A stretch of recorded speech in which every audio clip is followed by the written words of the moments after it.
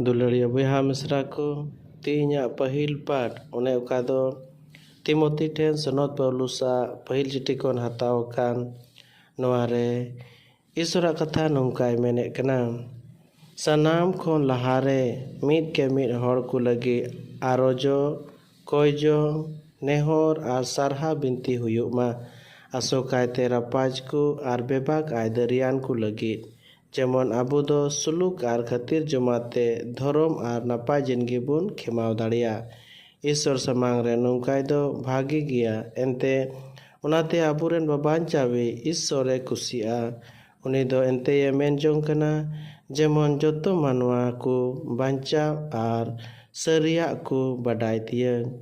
दुलड़िया को दिला तिहिं आबुआ नवा दिसम परब रे आबुआ दिसम रेन सनाम दिसम चालाव को ईश्वरा तिरबुन जिमा कुआ आर आबु सनाम दिसम रेन हड़ को उनिया तिरबुन जिमा जेमन आबुआ दिसम रे सुलुक निरय हुयो आर सनाम को दो आसल सरिया तेत बुन बडाय ᱧᱟᱢ दाड़िया।